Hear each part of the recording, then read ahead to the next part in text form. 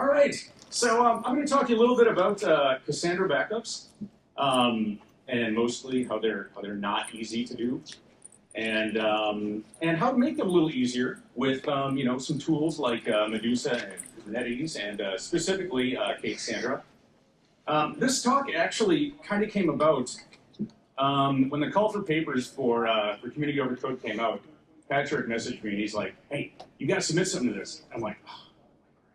Okay, what am I going to talk about at Community Over Code? Well, I've just been working a lot with Chris Bradford and Alexander Deshanovsky. And Alexander and Mikael gave a great talk yesterday on a lot of this with Cassandra.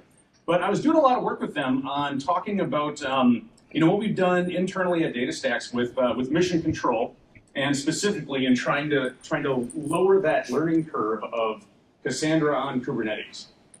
And I had just done like a video and a live stream on how to do backups in mission control, which really it's only like a 6-minute video because it's so super easy. Which is why I wanted to show it, because a lot of the reason that people aren't doing backups at the enterprise level in Cassandra is because there have been some barriers to that, which we're going to talk about today. So. But you'll find in the end, a lot of those are just excuses, and I will admit that I have made a lot of those excuses myself, and I even have a bad example of a excuse-laden backup solution that I'm going to show you as well. All right. So today, we're going to cover a little bit about Cassandra backups. Again, I mentioned a lot of the obstacles that come with them. We'll talk a little about Medusa and what it can do and how it makes your life easy. And as well as Cassandra and how kind of the two of those together really kind of smooth over that backup process and take some of the sharp edges off of it. And then I have a demo where internet connection, God's willing, will allow me to kind of show some of this and hopefully bear this out. So I'm Aaron Ploetz. For those of you who don't know me, I'm a committer on the project. I got my start with Cassandra at Granger in 2012. We're running 0.8 in production. And then I went to a startup called AccuLinks and helped build out their Cassandra footprint. And then I was the engineering lead for the NoSQL database engineering team at Target for almost 6 years. Relevant, I've written a few books, most notably the Mastering Apache Cassandra 3.x. So let's go on from there. Oh, one thing that I thought was really cool yesterday with the birds of a feather session that we had, and we had a lot of the had a lot of committers up here up front, kind of talking about like their first commit that they made and kind of how they got involved in the project. I thought that was really cool. So I just real quick wanted to share, and I'll do the TLDR version. But when you log into SQL Shell and in the prompt you see the key space and your name, yeah, that was me. That was the result of 2 days in a row of walking away from my desk and coming back and not knowing who I was logged in as, and I got pissed off at it enough that I'm like, you know what, I'm submitting a PR for this. So there we go. Anyway, so that was a while ago. All right, so IBM has some very specific guardrails around who's allowed to talk at conferences and the approval process for this. So today, I'm just some dude. This is my experience-laden opinion that you're going to get here, not the official standpoint of IBM. Just as I thought I'd lay that out for sure. Also, for those of you who are old enough to know, this is from the movie The Stone Age, came out in '94, I think.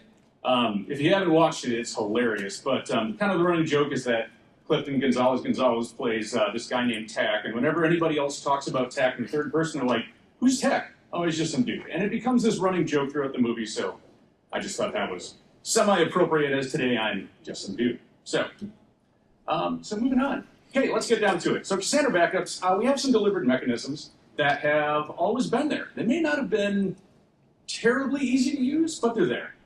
We have snapshots, of course, which are essentially like point-in-time backups, if you will.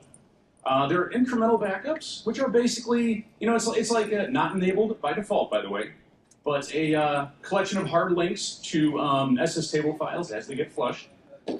Used in conjunction with snapshots, they do a pretty good job of getting you back to exactly where you were if you really do have to do a restore. Restore really isn't a node tool command. There's a process that goes along with a lot of this, and with if you've ever had to restore a Cassandra cluster before, you know that that's not an easy thing. So in talking about some of the challenges and why these are difficult, snapshots and incremental backups, when they're taken, are stored on the node. And of course, when you run through that restore process, those files also have to be on the node. Well, that's easy, right? I mean, we could just leave them on the node and we'd be fine. Well, what happens, in the older days when we were all running on bare metal, you could lose a disk and, well, then you'd be out of luck. New world scenario, you could lose a node. You may or may not get your disk attached back. Hopefully, you are using something that does have some storage affinity with it, so that when you do have to replace a node these days, you are getting that same disk back. But leaving the files on the node itself is not enough. Plus, it's also a great way to run out of space on a node as well. So, again, something else you want to keep a handle on there. So the point is that they're not exactly easy to use and manage. The tools are there, but it's really it's what I like to call RocksDB. RocksDB is not a database.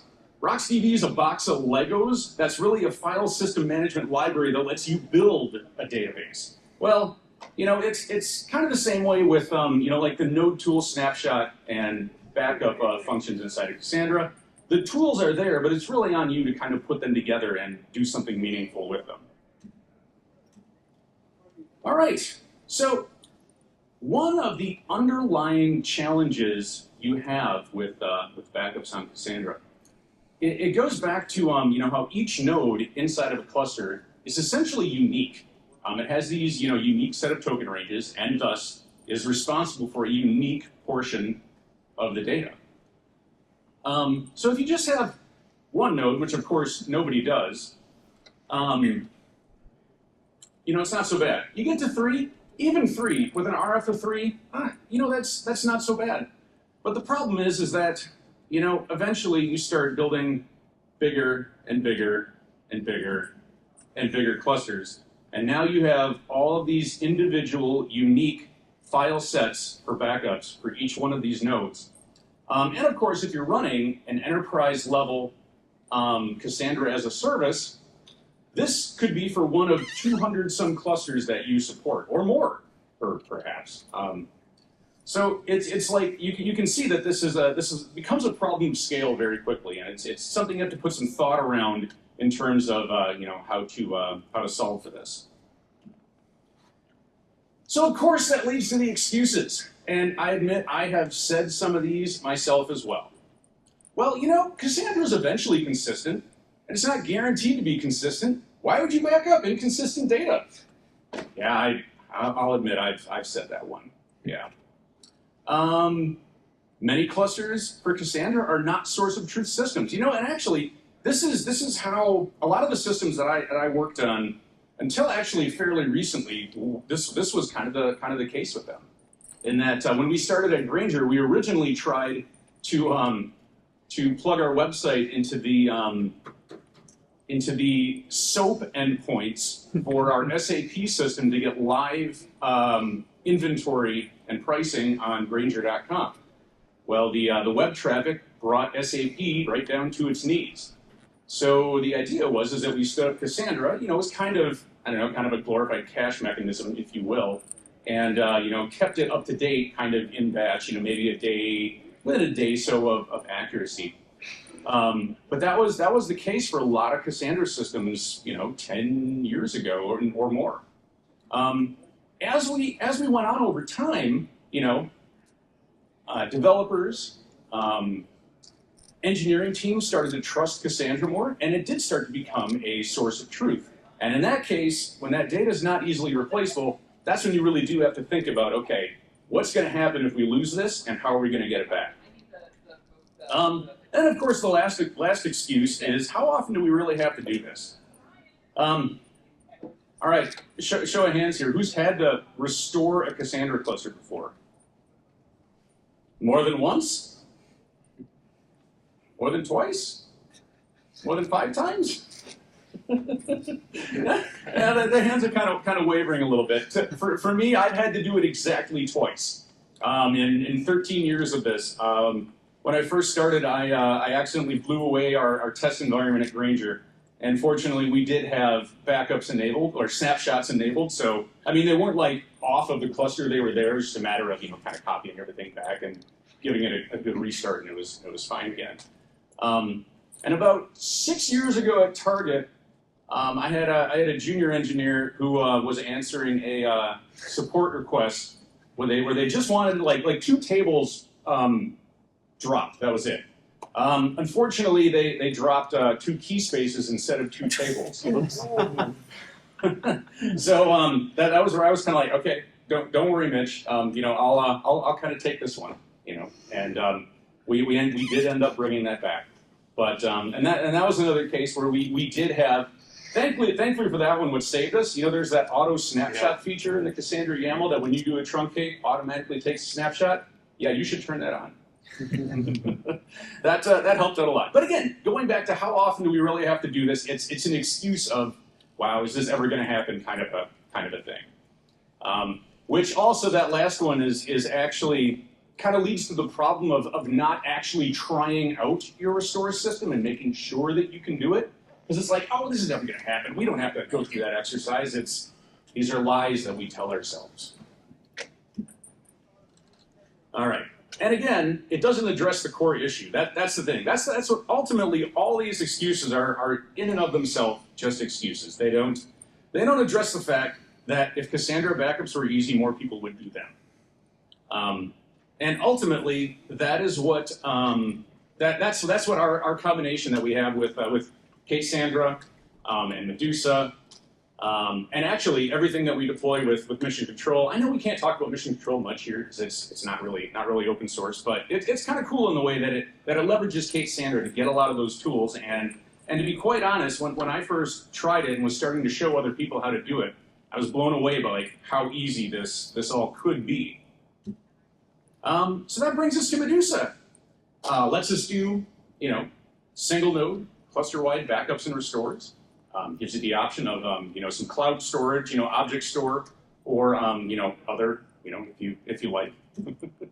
I think Alexander covered this yesterday, but it was a collaboration between Spotify and the Last Pickle. Works with Cassandra 2.1 or better. I hope nobody's still running on 2.1 out there, but you never know, right? And of course, it supports most major. The cloud storage platforms, your Azure Blob, GCP buckets, Amazon S3, and also like other S3 compatible like Bodo 3 and some of the others. So, I don't know how many of you have heard this story, but Aaron Morton told me about the origin of the name of the Last Pickle, and whenever I mention it, people are always like, "Oh, that's kind of a funny name." Well, it was a company that was focused on Cassandra consulting, and it was before they were bought by DataStax. But Aaron was telling me, he's like, well, yeah, one night I came home from the pub and I had a little to drink, and I got home and I just really wanted a pickle, and I opened up the fridge and I saw the jar and I'm like, oh, that's the Last Pickle, and I went right out and secured the domain. Nice. That's actually on one of the podcast episodes. Oh yeah, I used to run a Cassandra podcast, but we eventually kind of ran out of material. But it's out there on Spotify if you want to check it out. But that's one of Aaron was a guest on there at least twice, I think, and I think that was that story came out in the latter one. That's actually pretty funny. So it's funny to hear him tell it. All right, so when you have Medusa with Cassandra, there are multiple ways that you can run. Medusa is one of those tools that generally it's right. It should be right there on the node. There are other ways to do it as well, of course, but you can interface with command line via Docker or Podman, and of course, now that I'm an IBMer, I can no longer use Docker, so I have to kind of change everything I do over to Podman, and actually, I got to tell you, I'm actually surprised at how good Podman is. If you've never used it, I highly advise you to try it out. Anyway, and then you can run it through Kubernetes. That's what I'm going to be showing today. Is basically invoking a lot of the commands you're going to see through kubectl, and then of course Cassandra. the Cassandra operator, how that's kind of integrated with Medusa. And then DataStax Mission Control. That's kind of what we're it's kind of our product today, and kind of how we're trying to help organizations, again, kind of take that learning curve out of Kubernetes and allow people to have the benefits of deploying Cassandra on Kubernetes, maybe without having to fully dig into a lot of the details underneath. All right, so when you have a Cassandra cluster kicked off, you get a number of pods that are running Kubernetes. One is for Reaper, which is kind of the independent repair system. That's another TLP Spotify. Yeah. We also have there's a data API there. Actually, in the one that I'm going to show, it comes with there's like a CQL shell pod that's running there. But in this one, it has it's talking about like the API, the data API gateway that we use at DataStax. And then of course there's each individual database node has a Kubernetes pod itself. Now, if we were to go ahead and focus on one of those pods, gotta get my animations here. There we go. Okay. So if we were to go ahead and focus on one of those pods, you'd see that inside each database node pod, we have 3 containers running. So we have one for the system logger. We have one for the actual like database process itself. And then of course there's Medusa. Medusa is also running right alongside of it. That way it's easily invocable, and it can kind of maintain its like per node affinity, if you will. All right, I'm going to try to show you some of this stuff. But basically what we're going to do is have a look at the underlying backup configuration. I'm going to go ahead and take a backup, using kubectl to do that. And then we'll also invoke a restore via kubectl. So hopefully this should be, hopefully this will all work.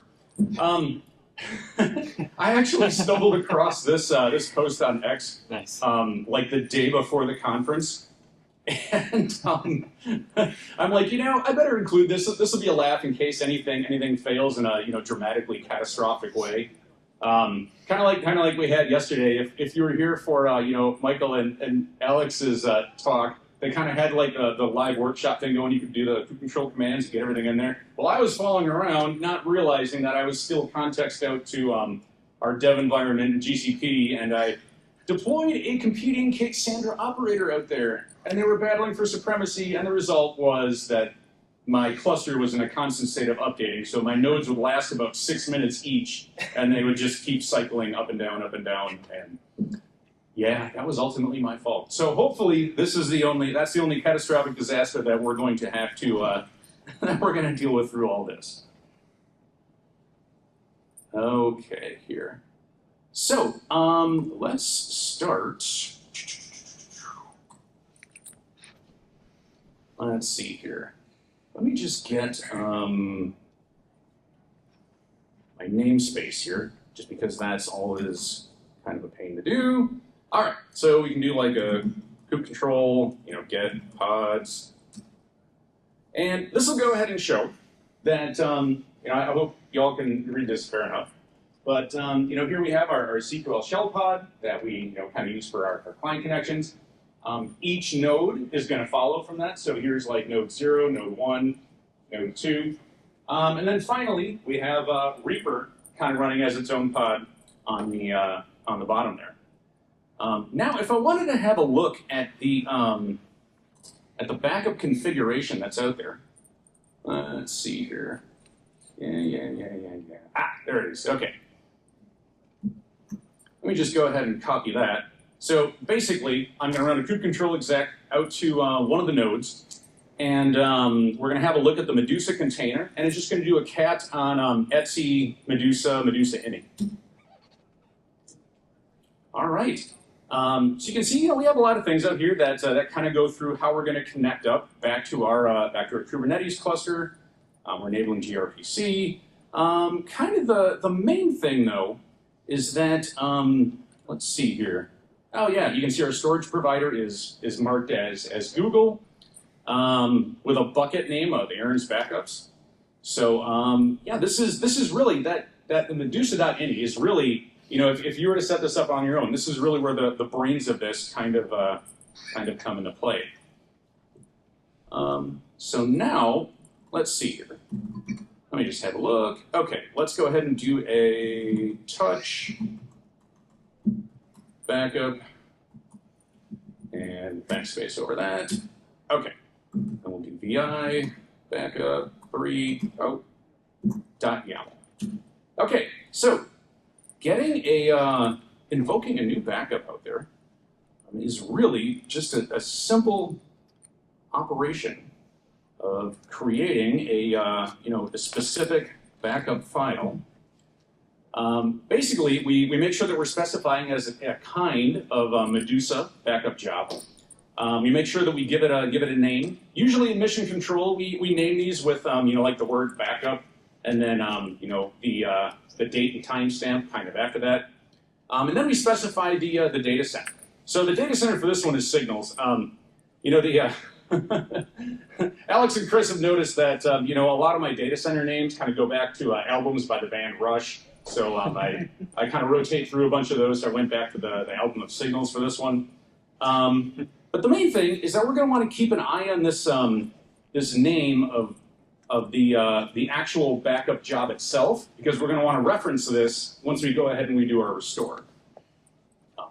So if I cut out of that and do a right quit, okay. And then we just want to do a kubectl, bless you, apply -f, and we're going to do backup 3 YAML like that, and we get my namespace on there, and I know hey, there it is. All right. Okay, so our backup job has been created. I can go ahead then, and we can have a look. I'm going to cheat a little bit and actually use mission control here. If I go inside my my cluster and then have a look at backups, you can see that oh, actually, here, let me back that out just a little bit. But after I had to you know, kind of recreate a cluster and then reload it with data, I tested it again this morning just to make sure that it would that it would still work. So this is the one that I ran this morning up top, and then you can see we've got a running number of 3. This is the one that I just kicked off a few seconds ago. So this usually doesn't. Yeah, see, we already have one of them done. It's usually pretty quick. Okay, so full disclosure though. I have a whole whopping like 3 tables worth of data out there. I kind of wanted it to be quick to be able to, you know, get it done within the bounds of a talk here. All right, you know what I can do while we wait for that to finish is I can go ahead and get my restore job ready here. Yeah, just like that. All right. Oh, success! Okay, see, it was just that simple. That's how we took a backup. Which, you know, yes, it's super easy, but it's actually even way easier than, you know, than doing it the old-fashioned way of, you know, no tool snapshot. So, all right, so let's rotate back here, and let's do a touch. We're going to say restore 3, and let's get to that. Okay. And then let's go ahead and do a VI. Actually, you know what? There we go. And then we'll insert that. Okay, and let me just cat out our backup file here, because I want to make sure that I get that that backup name correct. All right. Okay, so again, we have a kind of Medusa restore job up here, and you know, we've gone ahead and named it with you know, restore and then the date timestamp. We have our Cassandra data center, you know, kind of a long way out with you know, cluster name first and then data center name, and we just make sure. Oh, you know what? Yeah, it was because I I highlighted something above. You know what? That's okay. We'll 1532 16 500. 1532 16 500. Okay, I think we're okay. All right, so let's go ahead and same thing here. We'll do a kubectl apply -f restore 3 YAML, and we want our namespace. Let's go ahead and pop that on there as well. And that should create our restore job. So, to know that this is working is a little tricky, but if we go back and have a look at the nodes in the cluster itself, so we're kind of looking at this, we should see in a second, we should have a banner kind of across the top up here and say, hey, this node is, or this cluster is in a state of updating, and we should see all of these eventually kind of dropping out and restarting one by one. If I actually go back here and do a, oh, sorry, not that. Get pods, and then let's shortcut and throw our namespace out there as well. Hey, there we go. So you can see that all 3 of my nodes are in a terminating state, even though they are currently up at the moment, but it's starting to invoke that, that update process around the cluster so that it can get started on that. That's going to take a little bit. So while that runs, let's look at a terrible example of something that I'm not proud of. So does that mean you're proud of it? Well, that means I know that it has some comedic value. So,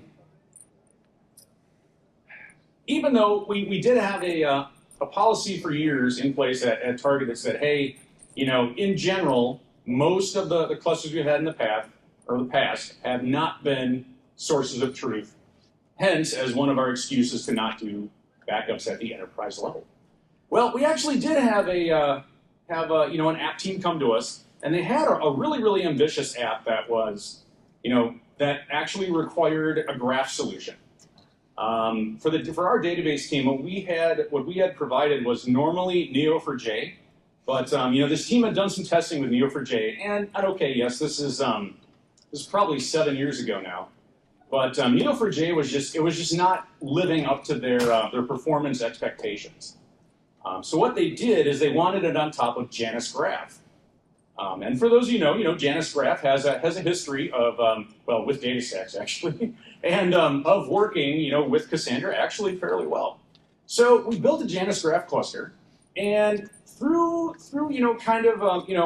what we were testing out and kind of working on, we realized that, well, we're going to need about a 30-node cluster to really support the transactional throughput that this team needs. So we built up a single data center. Each node had 16 gigs of RAM, 200 gigs of disk. And by the way, that was something that we figured out early on at Target, was that more smaller nodes usually led to better performance. So we kind of shied away from the whole dense node approach. It may not have been the most cost-effective thing, but really, come performance time, that paid off quite a bit. So anyway, the director that was over the app team came to us and said, hey, we 100% here need backups. And okay, yes, we tried to argue with him, and he held firm. He's like, no, this is a database as a service. I should be able to expect a backup. And I kind of sat there and I'm like, yeah, I guess he's not wrong. So, I sat down and, with a few of the other leads on our team, and we talked with our director and our manager.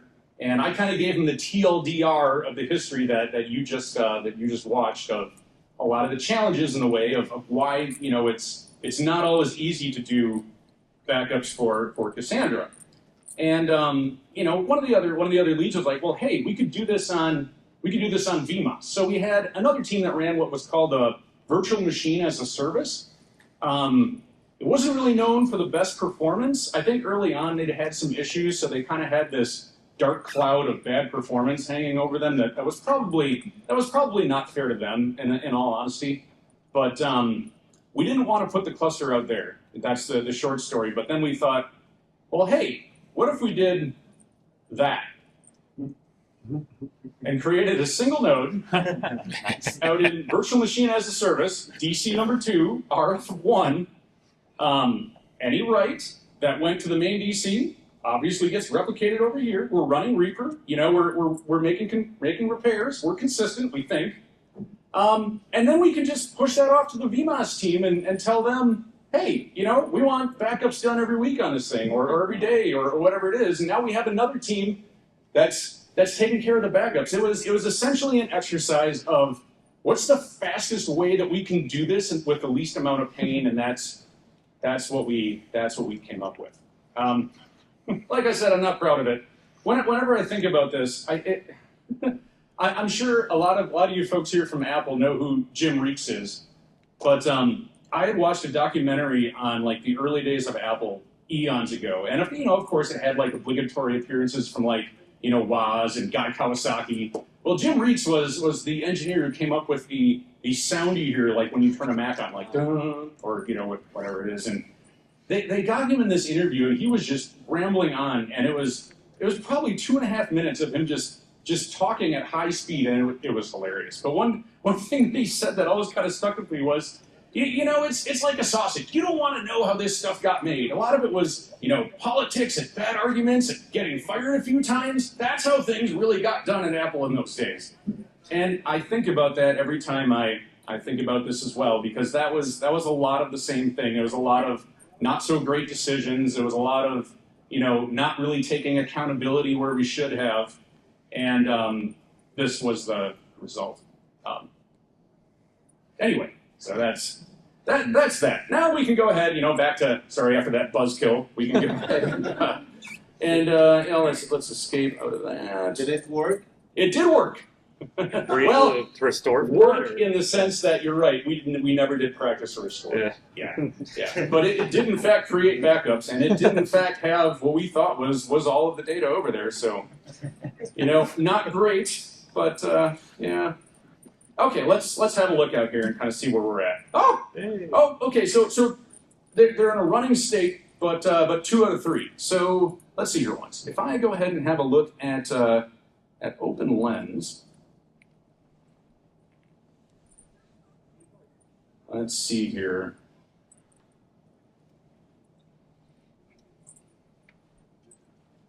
Yeah, Cassandra is not quite up yet. System Logger is there. Medusa is there. Okay. Oh, I wonder why it's oh, you know what? I bet you I don't have this open wide enough to show all that. Let's jump out of there. Jump back to here. Well, they're in a state of starting. I suppose we'll wait for that. I could take some questions if you like, but essentially, you know what? I should run the final slides here while we're waiting for that. Essentially, Medusa eliminates the excuses. And if you're running, again, Cassandra at enterprise level and you're not doing backups, you probably should. So that's the point I want to drive home. Don't be afraid. The first node is back. Oh, it is? Oh, hey, Alex, thank you. Alex is watching the notes for me. That's awesome. Hey, look at that. Yeah, node 2 has 3 out of 3. All right. Let's see here. Oh, yeah. So we do have some resources available. If you haven't checked out Medusa and you want to, this is the GitHub repo for it. It's actually still out there under the last I checked under the Last Pickles organization. So definitely check that out. Cassandra-Medusa. Cassandra has its own like image for Medusa that's out there on Docker Hub. That you know, again, is also well, what we just saw here. And then you know, if you want to have a look at Cassandra itself, something that's like more cloud native, something that's more native to Kubernetes itself, you can check out docs.cassandra.io and get a lot of good information out there on that. And with that, I think that's about it.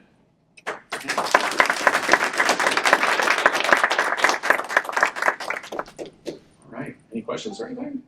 Oh, yes, sir. When you do a restore, or when the restore is over, what assertions can you make about the state of the cluster now that's been restored? Like, are you able to say that we've restored the cluster up to the state that it was at this point in time, or? Yeah, so a snapshot is essentially a point in time, but you will actually get more from that point of that snapshot if you have incremental backups enabled. So, yeah, I guess it's hard to put an exact time on that, but if there's any kind of gap in between, when you had the node failure, and when incremental backups last, had a hard link to a flushed SS table file, that gap is what you'd be missing. And in a different scenario where we're not talking about a hardware failure or something like that, but there's a software bug that say starts corrupting data, and Right. you discover this bug started to go into production, 2.5 days ago. Does Medusa have the flexibility to restore up to something close to the point before that bug Yes. started having effect? Yes. Okay, so If you have those, so each time you take a backup, it'll create one of those Medusa backup jobs. And actually, again, kind of the best way to visualize this that I found is, oh hey, they're all running out here in mission control. So we just took this one here, but I could restore from this one that was taken this morning. So yeah, absolutely you could. Yes. If you lose a percentage of your nodes, I'm assuming the restore would be all or nothing? Yes, it'd be all or nothing. Well, there is a way, I think, to direct it to like a specific node. You can, not in Kubernetes, because so Medusa was built not to run on Kubernetes initially. So it does SSH and it orchestrates the restore the way you want. So you can restore a single node. I don't know how that works out because it's going to be out of sync with the other nodes. Right. Then you can run repair, but that's going to take time. So it's more about all or nothing for us. Same thing. We get the request a lot of can we restore just that table and not touch the others. We don't do that because we restore the schema table, like the system schema table. We want to provide, let's say, deterministic restore like result. Like if you run restore, you know what you're gonna get. So the system goes down. That's why we stop the nodes and then restore the SS tables while the nodes are offline, and then bring the nodes back up. Makes sense. Yeah, I thought about that too. It's like I was reading up on Medusa, and I'm like, oh, you could do just a single node restore, but then again, I'm like, would you want to though? Yeah, that's kind of the, yeah. Yes, John. Yeah. Does Medusa also have the flexibility of restore a set of keys? Because in our production, we have a few use cases they may not delete all the data, just delete a few keys until they A realize specific number of keys? Is Yeah, what they you're know asking? a set of number of keys. I don't think so. I don't think it goes that granular. Again, it's all or nothing. Yeah. Is that something that does Prium do that? No, it's also we also similar all or nothing, but it's kind of use right. cases we found it's kind of more to restore a few keys. In case you didn't catch that, Netflix has a backup solution called Prium. I think that's been around for a really long time, actually. But, yeah, it's also really good. Feel free to check that one out too. Yeah, I probably have time for one more question. Yep. So Medusa lets you do backups of snapshots today. Is there any plan for supporting incremental backup? So if you have that incremental backup feature enabled, kind of auto uploading the snapshots or the SS tables once they're hard linked. So I think we can. I don't know if it's enabled by default though. We're not actively working on this so far. It's been requested. We have ideas on how to implement this, but we're not it's not on any roadmap. Okay. We're exploring it. There's also the thing to consider is the size of the SS tables that are produced. So if you get a bunch of really small SS tables, do you want to push this at your object store, or do you want to wait until they've compacted a bit and they're of a specific size? But it is a valid request. Right. Well, hey, thank you everyone. Have a great day, and I think we have a coffee break now, right? Yeah. And then we'll talk about